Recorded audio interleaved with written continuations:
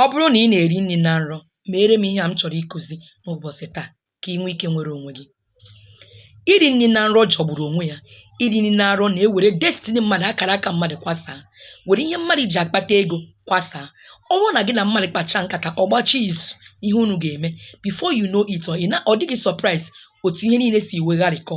Nwanne m, meere m ihe a. Ị ma na iri nri na nrọ wee dangerous spiritual poison that ọ bụrụ na ị maghị ihe imeri ya, ọ ga-akọsụrụ gị so many things. Ọ ga-edestroy ndụ gị n'elu ụwa. Ngwa, meere m ihe a. Tinyetụ aka ka ịtụsa ozi a maka ụmụnne gị nwere ọnọdụ a nọ n'ọnọdụ a. Share this video for me, ụmụnne m. Ngwa, kedu ihe ị ga-eme? Wetere m akị oyibo kara aka, mmiri nọ n'ime. Iweta ya, akị oyibo nwere anya atọ.